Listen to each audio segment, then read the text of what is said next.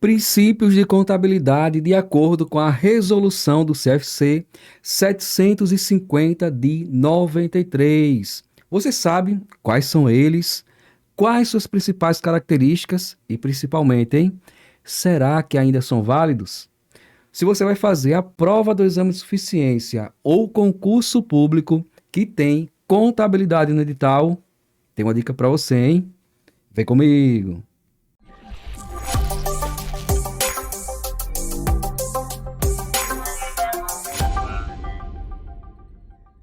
Olá pessoal, espero que todos estejam bem. Este será o primeiro vídeo de uma playlist sobre os princípios de contabilidade de acordo com a resolução do CFC 750 de 93. Importante que você saiba que esta resolução foi revogada em 2016, porém os princípios contábeis continuam sendo válidos. O que aconteceu é que esta resolução foi revogada e os princípios contábeis foram realocados principalmente para os pronunciamentos contábeis, como por exemplo, a maioria desses princípios eles serão encontrados no CPC 00, que trata justamente da estrutura conceitual sobre os relatórios financeiros, sobre a contabilidade. Então vamos fazer o seguinte: os princípios contábeis, de acordo com essa resolução, são o princípio da entidade, da continuidade, da oportunidade, do registro pelo valor original, da competência e o princípio da prudência. Porém, como o nosso objetivo é o de aprender, vamos passar por cada um desses princípios contábeis e conhecer quais suas principais características. Então, primeiramente, vamos falar sobre o princípio da entidade. A entidade aqui representam as pessoas jurídicas, sejam empresas, por exemplo, com ou sem fins lucrativos, públicas ou privadas. Então, vem aqui comigo, ó. O princípio da entidade, ele tem como uma das características o de reconhecer o patrimônio como objeto de estudo da contabilidade. Se você ainda está se familiarizando com alguns conceitos, com algumas questões sobre a contabilidade, ela é, primeiramente, uma ciência social, não é matemática, e tem como objeto de estudo o patrimônio de uma determinada entidade. Patrimônio que representa um conjunto de bens, direitos e obrigações. Então, o princípio da entidade, ele reforça essa questão do objeto de estudo da contabilidade.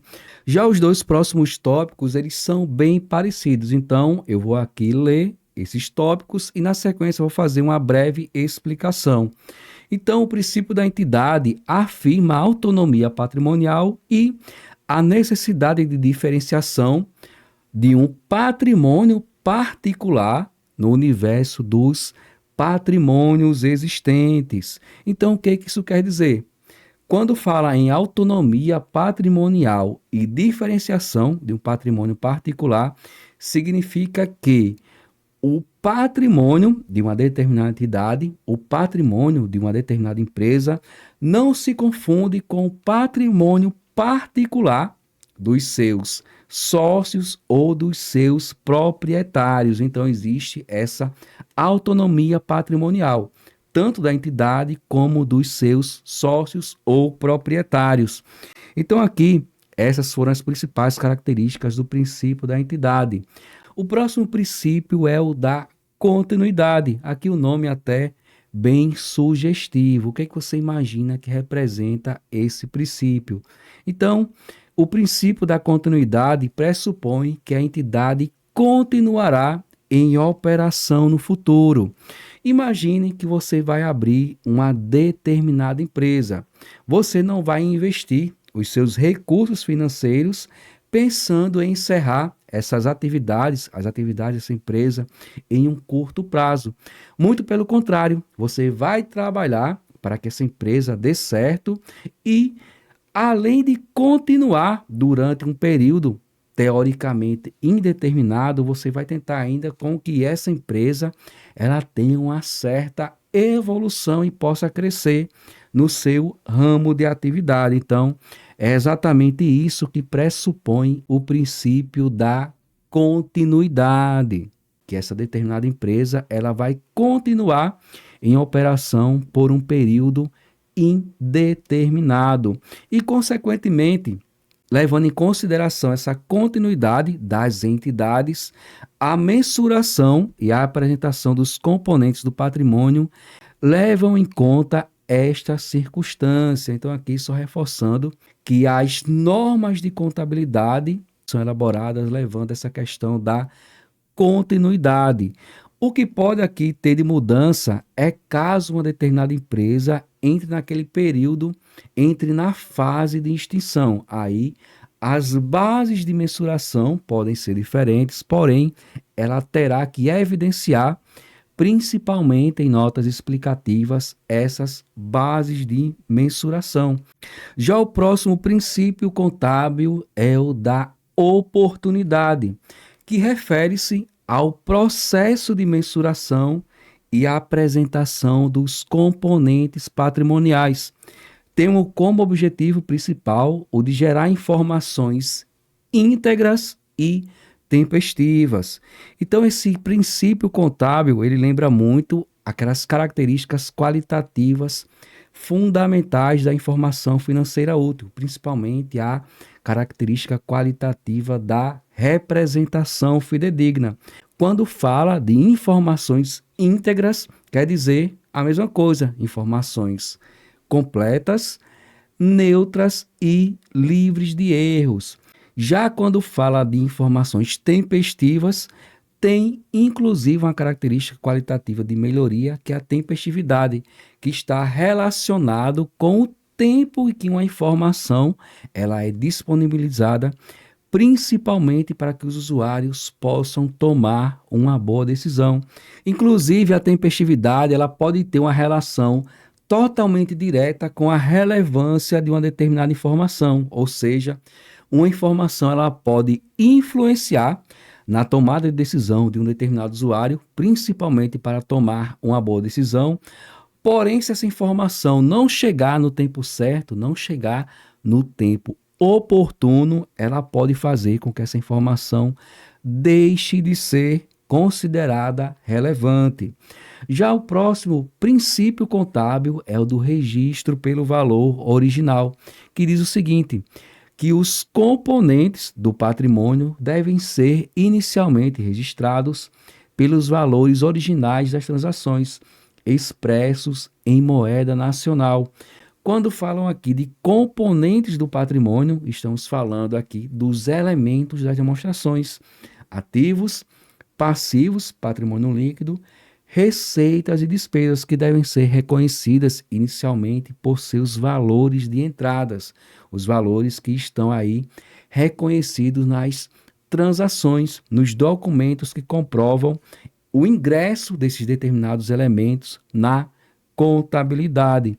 Inclusive, diz o seguinte: que as bases de mensuração ao longo do tempo podem ser através do custo histórico, aí através desse reconhecimento inicial, ou da variação do custo histórico, aí depois, é claro, desse reconhecimento inicial, como por exemplo, reconhecimento através do custo corrente, valor realizável, valor justo ou do valor presente. Então aqui, essas foram as principais características do princípio pelo valor original.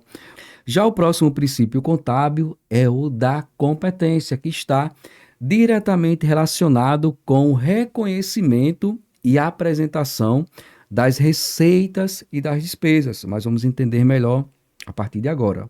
Então, o princípio da competência diz o seguinte: que determina que os efeitos das transações sejam reconhecidos nos períodos a que se referem, independentemente do recebimento ou pagamento. Então, aqui, quando fala em efeitos das transações, estamos nos referindo ao desempenho financeiro de um determinado fenômeno, de um determinado evento. Então, estamos falando de receitas e despesas.